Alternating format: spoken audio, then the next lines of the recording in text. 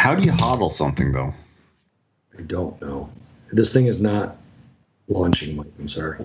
You don't have any charts? I can open them up on my laptop here, but it'll take even longer. Hold on a second. What were you trying to open them on? My phone is where I look at them most of the time. Oh, so what you're saying is you're just phoning it in. The advice provided on this podcast is general advice only. All statements made are considered by the participants to be accurate, but accuracy cannot be guaranteed. It has been prepared without taking into account your objectives, financial situations, or needs. All participants in this podcast, including guests, may have a financial interest in any or all of the products or services mentioned. Before acting on this advice, you should consider the appropriateness of the advice, having regard to your own objectives, financial situations, and needs. If any private products are detailed on this podcast, you should obtain a product disclosure statement relating to the products and consider its contents before making any decisions. Where quoted, past performance is not indicative of future results. Welcome to the Money Path Podcast with your hosts, Bob Iacchino and Mike Arnold, founders of Path Trading Partners. This week's episode is sponsored by Motiveway. Go to pathtradingpartners.com and download your 14-day free trial. So let's join Bob and Mike with a conversation of news and the markets. What's it? Eastman? Steve Eisman? Yeah, the guy from The Big Short. Yeah. Yeah, Eisman. Yeah, he came out this week and he recommends shorting Deutsche Bank. I've been validated. In the Going to Zero corner, Steve Eisman has joined the Going to Zero corner. Yes, he must listen because how long I've been saying that for a couple years. Deutsche Bank. Here's a quote: "Deutsche Bank is a problem bank," Eisman said in a Bloomberg television interview in Hong Kong. "The German lender has profitability issues and will probably have to raise capital next year," he said, without disclosing his position on the shares. A Deutsche Bank representative declined to comment on the remarks. Is that a slogan? But what about Wells Fargo? Are they the number one problem bank? Number one problem bank? I don't know in this country. Yeah. There's probably a couple banks in Italy and a couple banks in Spain if we won't dial down to minutia. But if you're talking about the major banks, it is probably Deutsche Bank, or Wells Fargo is right up there, because I don't think anything's done with Wells Fargo yet. In terms of lawsuits and fines and everything, they've gotten a couple already. They've settled on one or two fines, but it could get worse for them.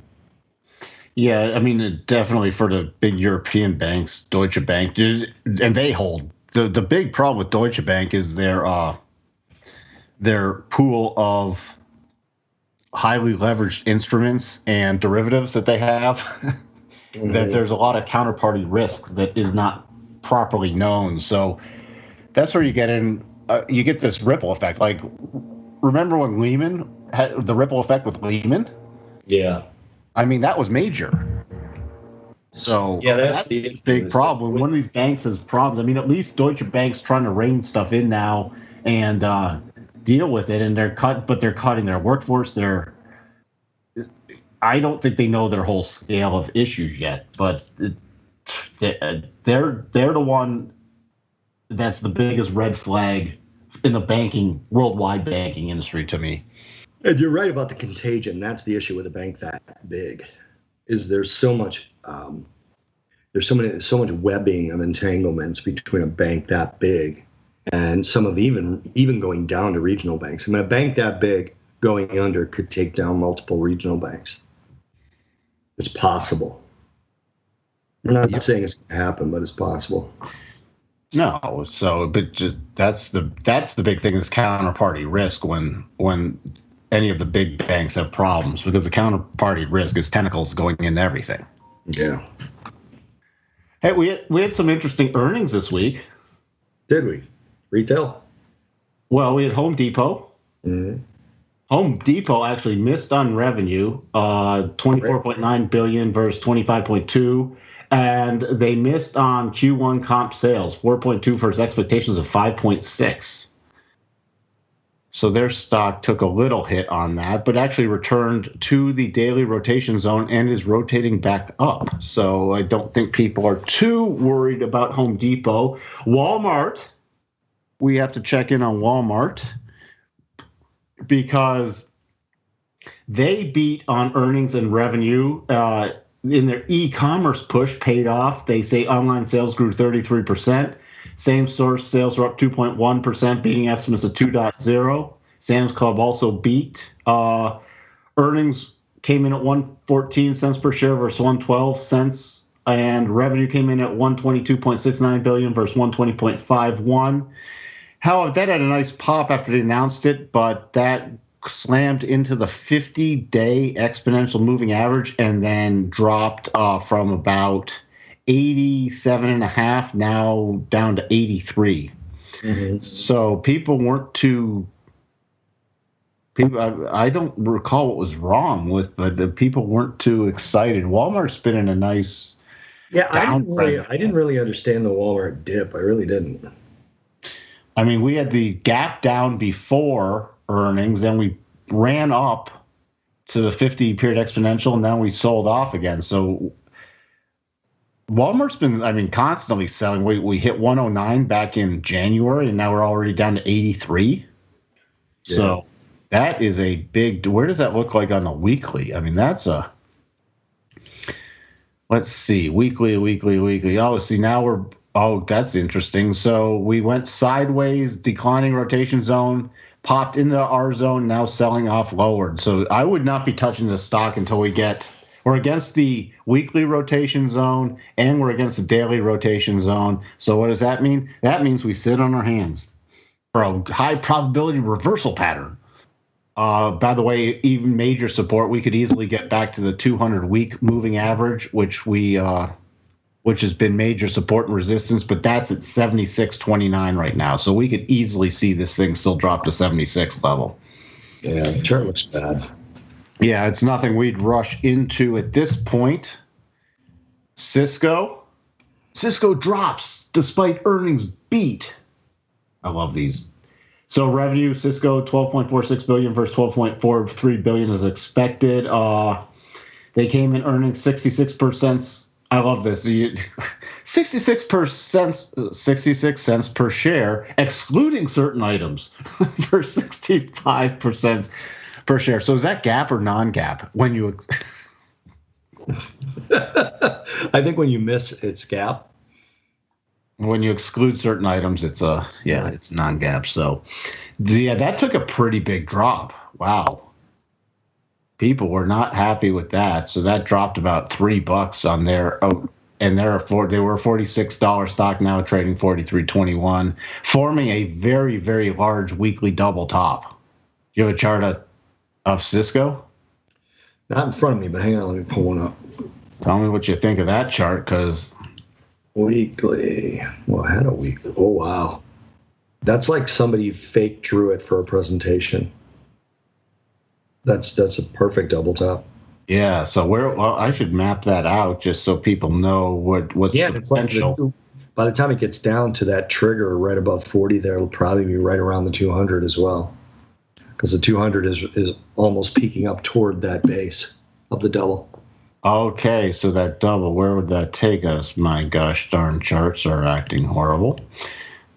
Come on, that double full target for that could take us back to 34.84, so essentially 35. Now that's on a weekly basis, so it's not going to go there instantly. But if that does trigger, you could see it return to its breakout level from where it broke out back. When did it break out? It broke out of major resistance back in November, so it could easily return to that key level. That's a fascinating chart. Yeah, it's not so. The future doesn't look perfect for equities anymore. 93% of the S&P 500 companies reported as of today. This is Friday, by the way. People who are listening, we're recording on Friday. 78% positive EPS surprise. 77% positive sales surprise. And if that 78 number on the EPS surprise is the final number for the quarter, which is likely to be awfully close, it's the highest number since Q3 of 2008. Actually, since the surface I look at, since they started taking data, which was Q3 of 2008. So 10 years, approximately. 50 1 S&P companies have guided lower for next quarter, and 38 have guided higher. And the blended earnings growth rate, 24.5%. They're already talking about 10 or 11% for next quarter on the blended earnings growth rate. People don't believe that it's sustainable, that whole peak earning things we've talked about before. Stocks are a discounting mechanism, and the 10-year is above 3%, and the 2-year yield is at 10-year highs. Stocks are probably a little expensive. So what are you saying? Are we going to have a correction? No. Oh. I'm not saying that at all, because, as you know, correction in the markets is a technical term, which is 10% lower, 8 to 10%. I don't know when the 8% became part of that. It used to be just 10%. But so 8 to 10% lower during a bull market is a correction. We've had that a couple times already. We've had an 8% and a 10%. So I'm going to go back and talk about what we talked about a couple of weeks ago, where if you've got the 200-day moving average in the S&P, which is not far away. Right now, you said the 200-day is 26.27. Yeah. And so given how relatively near it is, if we break it, I think we're going to get more than a correction. I'm not calling for a bear market necessarily, but we might enter bear market territory and recover from there, because when you have an alternative, I mean, we're 27.12 now, 27.13, and you said it's where? 26 what? 26.27. All right, so 26.27. So 26.27 is the 200-day moving, right? Simple moving average, yes, of the S&P 500 futures, E-mini futures. So that's 3.5, 3.3, something like that percent away. That's not necessarily a huge move. So then a correction would be, another 5 to 6%. The correction is really supposed to be measured from whatever the high was, but we'll do it from today's close.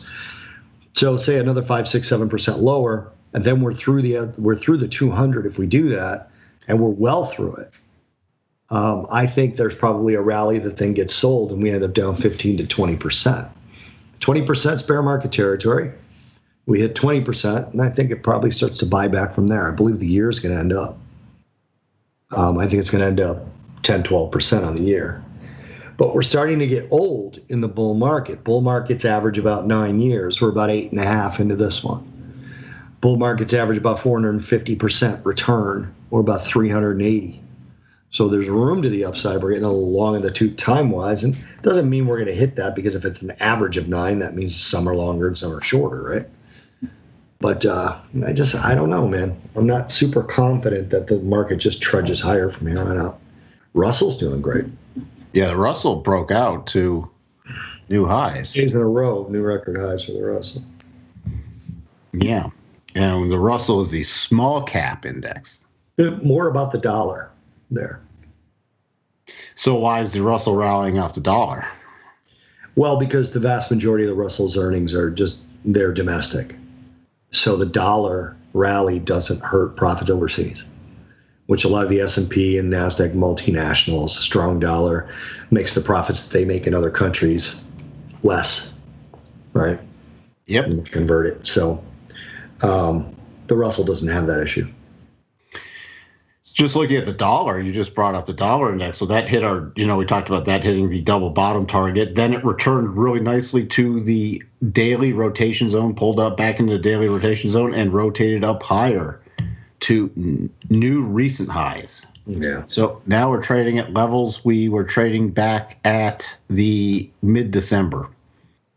And major resistance is coming up around 95. So we're at 93.66. 95 would be the major resistance. So we'll have to see if it plows up to the major resistance level, because that was back in October.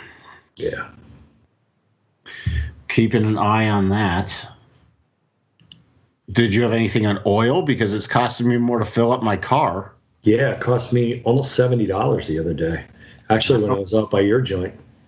I don't have my electric car anymore, so. Yeah, I think that rally's getting a little long in the tooth as well. I think we're going to see. So a couple things. OPEC has been sort of tight-lipped about whether they're going to make up Iranian production once the sanctions go into place, if they ever do. The interesting part about that to me is I think they will. I really think they will. Just international pressure will be too great. And they can very easily because of the production cut. But the production cuts worked. I mean, we had a 340 million barrel surplus in production. We're down to 9, about a 9 million barrel surplus. Brent is starting to outpace WTI. So Brent is OPEC oil, WTI is U.S. oil. Production U.S., we got a record increase of production, 144,000 barrels a day increase. That's a record in terms of the size of the production change. We've got a situation now where the entire curve has been high enough, long enough, where the U.S. shale drillers and frackers could have hedged while still selling product at a decent price. So I think in the coming weeks to month, we're going to start to see this ramp up in shale that has been kind of lacking. The rig counts broke out a little bit as well. We're now at the highest rig counts since early 2015, late 2014. So that's a positive there. European companies have already started pulling out of CapEx deals they signed with Iran to actually spend money within the borders. I mentioned it last week that the Iranians actually reduced their forecast for how much they were going to increase production by. So everything on the OPEC side is still pushing to higher oil to stable prices, but at the U.S. side, record exports, record production jump, rig counts up again, only 4 this time though. But still, rig counts up again, 467 rigs now drilling for oil, and more oil coming per rig. So I think this thing is starting to wind down. The seasonality ends late June, early July, and the price starts to flatten from a purely seasonality basis. So I think we're near the top in oil. I have an Iran question that may be of relevance here. Sure. On the news wires that I monitor today, a headline came across. It says Iranian banks, national Iranian banks, switch from dollars to euros. Yeah. Does that endanger petrodollar sort of things? Is there going to okay? Because so what ends up happening when the sanctions take effect, and this is kind of a function of president putting like a 6-month hold before he starts to institute them, which I think is smart because it gives people an opportunity to come to the table and say, wait, don't do this, and put plans in place. But what it does is the sanctions prevent countries, businesses from doing business with Iran and the U.S. at the same time. So Iran can switch everything to the euro. Somebody has to switch it to dollars because crude is priced in dollars globally. So Iran could say, look, we want to, how many euro will you give us for our barrel? And they're going to go back to the euro-US dollar relationship. And they think that, they know it's not going to work, but it's somewhat of a jab more than anything. Even if they get people to pay them in euro, which will happen if China buys crude from them, they'll pay in euro. It's their way of saying, F the dollar. Someone has to convert this into a dollar-based product. So, and if a company does business with Iran in euros, they're still going to be banned from doing business with the U.S. And the U.S. is just too big. So let's say you own a company here that has a business relationship with a company in Europe, and that company has a relationship with a company in Iran, and they're dealing in euro. That company you can no longer do business with that company. So they're not going to risk it. So it's more of a middle finger to the U.S. and to the dollar, but it doesn't make them any more capable of dealing. Fantastic. I don't know how to react to that. It was a good question. I did a good question. Yeah, it's a really good question. It's a really good question. And that's your crude corner, Mikey. That's the crude corner. Yes, it is. We had a projected high of 72.42, and we got up to 72.30. Nice. So that was the next projected high. So we missed it by 12 cents so far. Yeah, that's not even a miss. That's 12 cents, buddy. I want to hit it to the penny. That's not a miss. Speaking of looking terrible, how are those treasuries doing? I don't know how to answer that. I'm one of these people that likes when the yields rise a little bit. The Treasury's recovered a little bit today, but we're soundly above that 3% now on the 10-year. 2-year hit, I think I mentioned this already, the 2-year hit like a 10-year high on yield. And yeah, I mean, this has been a 3-decade-long bull market in Treasury, so it doesn't feel very negative to me in a way. I don't even know why I'm how to say that. It's that we finally have an economy strong enough where the 10-year needs to be above 3%. I mean, it's crazy. So I kind of like seeing this. I just think it's a good sign for the economy. So, well, the Federal Reserve's Bostic says the job is to prevent the inversion of the yield curve, which is happening. It's steepening now. It's steepened this week. It had been coming down. It had been flattening during May, but it's steepened this week. The 230s went to, I think, 68 basis points from about 63. So the curve did steepen a little bit. For those of you that don't know, if you draw a line from all the yields from 3 months all the way out to 30 years, and you look at the shape of that curve, it's either steep or flat. So, for example, the 2-year note is around 2.57. And the 30-year was, I think it was, 3 something. I don't remember what the 30-year is at. But you draw a line there and you see either a steep or a flat curve. That's what dictates the shape of the yield curve, obviously. So you want a steeper yield curve, not too steep, but you want a steeper yield curve. This way, savers make money, banks make money on loans. It's just a more natural state for the economy. Well, we had the Mester also said the Fed could have to raise rates above 3% this week. She also said that the Fed is very close to their economic goals. The economy is close to its economic goals. So there's a lot of Fed speakers next week, which will matter because we've also got the FOMC minutes. Yeah, next week's going to be big. And then we always have a lot from Bullard. The old Bullard. And that's interesting because the CME Fed Watch tool had a 100% chance of a rate hike in June, right? It's important to note, because we haven't had to note this for a while. The rate hike it had priced in was a 25 basis point rate hike, right? As of 2 days ago, the rate hike probability went from 100 down to 95%. But the change was a 5% chance of a 50 basis point rate hike. It didn't go to a 5% chance of no rate hike. So we actually got a little bit more aggressive on the short end.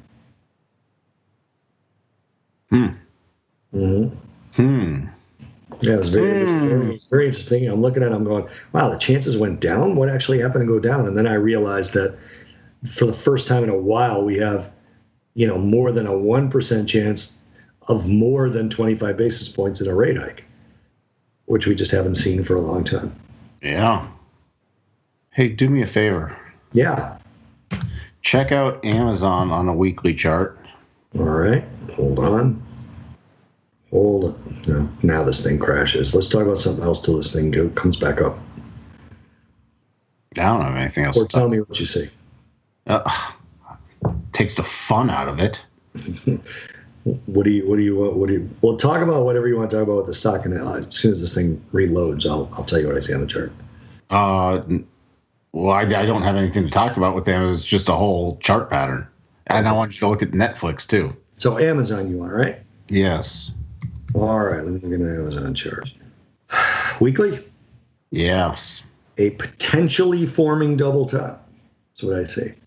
Now look at Netflix. Oh, and what was the other one we just saw? Oh, Cisco. Show. What was it? Cisco? Yeah, no, there's another one. Look at Netflix. Yep. What's Google look like? That's what that's Google one triggered already. It didn't trigger. It confirmed. We didn't have a trigger on the week of the 2nd on the weekly chart? No, I don't. I don't have a close below the base.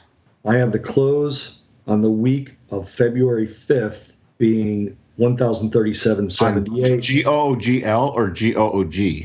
GOOG. Hang on. Then Still don't have No, you're right. You're right. I'm sorry. My volume of them. Volume bars are obscuring the actual length of that wick on the base. But it is a confirmed double. Yeah. So I mean, you know how heavily weighted the FANG stuff is now, and so we have potential, but we have confirmed in Google or Alphabet. Sorry, we have potential in Netflix. We have potential in Amazon. Yeah.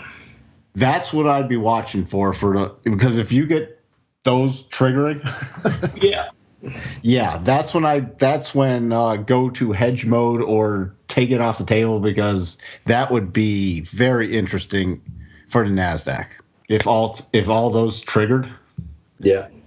I mean, where would that take Amazon? Let's see. Amazon could potentially, now this is not triggered yet because we need to close on a weekly basis below 1352.88. The full target actually is back that spike high of in July 24th of 17. That would take it back to 1,088 potentially, over a 20% correction in Amazon. So we shall see. That's something to keep an eye out for. Oh no. What? Poor little Snapchat set a new low this week. 1050. I gotta check on my pathetic stocks. Your pathetic Snapchat stock. Blue Apron staging a massive rally. It's back up to 281. $281? No, $2.81. Oh no. Yeah. What else haven't we looked at in a while? GoPro. GoPro's just languishing. Has Apple had a run? I know it's not a bad stock, but yeah, Apple actually last week set a new high at 190.37. This week it's pulled back to 186.31. But there's the only FANG stock that doesn't have a topping pattern in it. Yeah, Apple gets back somewhere around 180, and I want to own that. So, given if they're strength in the rest of the market, obviously. Yeah, if Apple were dipped to 180, that would be the return to the breakout zone in the weekly rising rotation zone. And as long as the market's not having a problem, that's a good entry for Apple if you're going to hodl it. Yeah. But that was a pretty good recap of some interesting stocks. Twitter's actually interesting. Have you been caught on the weekly rotation zone, rotated back up, but I wonder if that qualifies for a potential double top pattern. Yeah. Does it or not? That's why I'm going to look at technical analysis, because I'm too stupid to figure out anything else. No, it does not qualify. Twitter does not qualify for a potential double top, according to our very strict rules. But it's rotating back up, but it looks like it's running out of momentum. So nothing else on the stock side. Anything in international? I mean, we already sort of touched on the dollar strength. You know, the most interesting thing to me internationally is actually Japan this time, which is a switch. It's usually Europe. Japan had GDP contraction larger than expected in the first one in like under 2 years, down 0.6 month over month. It was expected at down 0.1, but obviously it was a pretty big negative beat. Now they have their CPI dip. So I want to say that like 6 months ago, we were getting some sort of hints, some sort of hawkish comments out of Kuroda, Hirohiko Kuroda, the Bank of Japan governor, that they were looking at ways, or they're going to begin discussing exiting their QE program. They own 70% of their own ETFs now, the vast majority of their own bonds. And this is really bad news for them. And the yen has now been down 8 weeks in a row. The last time the yen was down 8 weeks in a row was 2014, when it was down 9 weeks in a row, December of 2014. So Japan is really what I'm kind of looking at right now. Europe is steady as she goes. It's a little bit slower than a lot of the expectations in the last few pieces of data. Germany was a little bit weaker in some things. Some factory orders were weak. But Japan, to me, is the interesting story. And this is another reason why I think that the dollar continues to go high, and people should look a little bit to the Russell to see if the Russell holds up. The Russell is not going to be able to pull up the NASDAQ, especially. Certainly if the fangs crack, the Russell's going to go down with it all. But the Russell is the one that's doing better because of the dollar. the Japan story makes it much less likely, and the slight weakness in the Eurozone, that the dollar's going to turn around anytime soon. That's about it, though. I mean, we don't have any rate decisions we need to talk about or any of that. So, well, there you have it. I'm just going to touch on this now because I won't go into it a lot, but Elon is now flattening the management structure in the reorganization he's doing.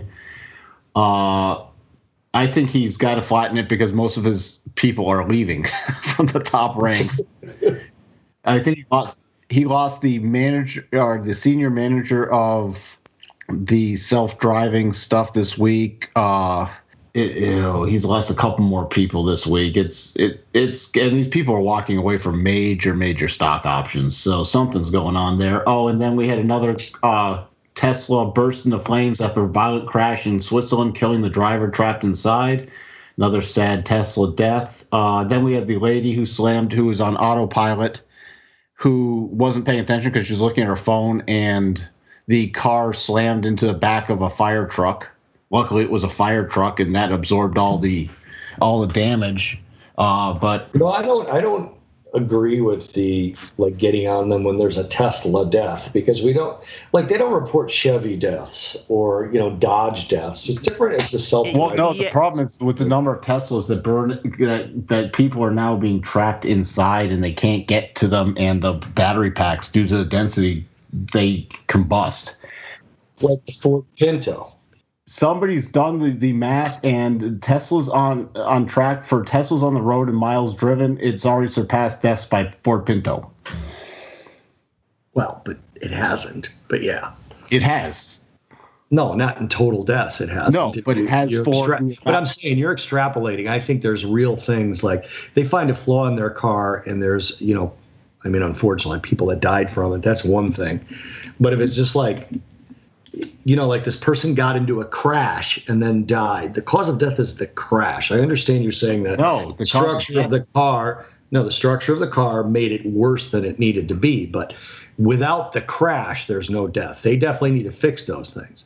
I just think there's other things wrong with the stock. Oh, there's stuff wrong with the stock.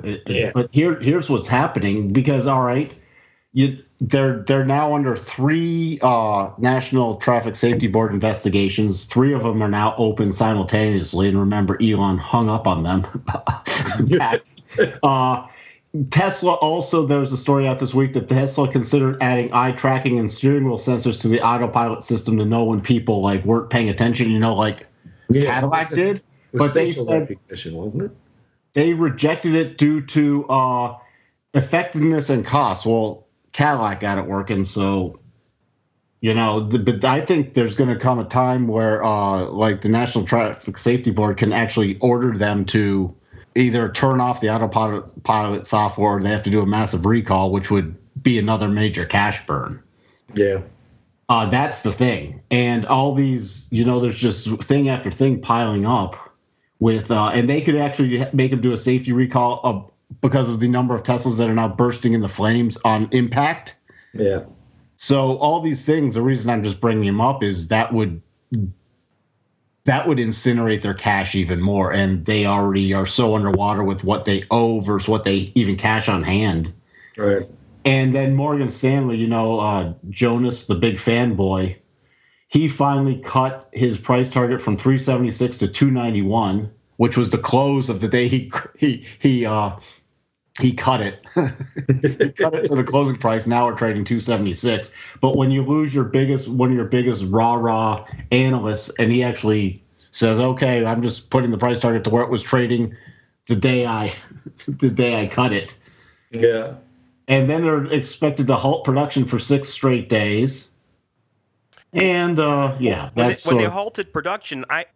Is this just gossip that all the middle management to Tesla are now going to work on the assembly line, and all the robots from the assembly line that failed are going to be in middle management? That might be the better case. They might need a new accounting department, so you maybe put the robots in charge of accounting. But we're still.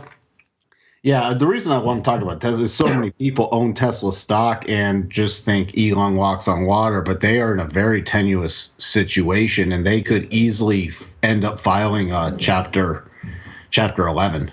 Right. Which, what would that do to the stock? Poof. Yeah, the stock would not be in good shape after that. No, because you have a lot of senior debt before the stock. So, no, I just think people need to be aware that there's a lot of stuff going on behind the scenes. Like most of the accounting departments now left. A lot of the major tech guys are leaving. They're going to Waymo or other places. So, yeah, I think that's the reason he's flattening the structure, because it doesn't. I don't think it. Then you have the lawsuit filed this week where one of the people for harassment, everything on Elon, that said she was so terrified of him, what he'd do, she peed herself at work. So it's pile on Elon now. So that's all we have to do, bring things up to date. But it's been another banner week in Tesla. But they are boring. They are digging their tunnel. They are boring away. Yes, they are. Elon can always start a candy company and go into something sweeter. No, there's no moats around candy. All right, well, in that case, good show, guys. I'm Bob Iacchino. Thanks again for being here with me for less than an hour. And I'm Mike Arnold. We'll talk to you guys next week. Thanks, guys. Bye for now.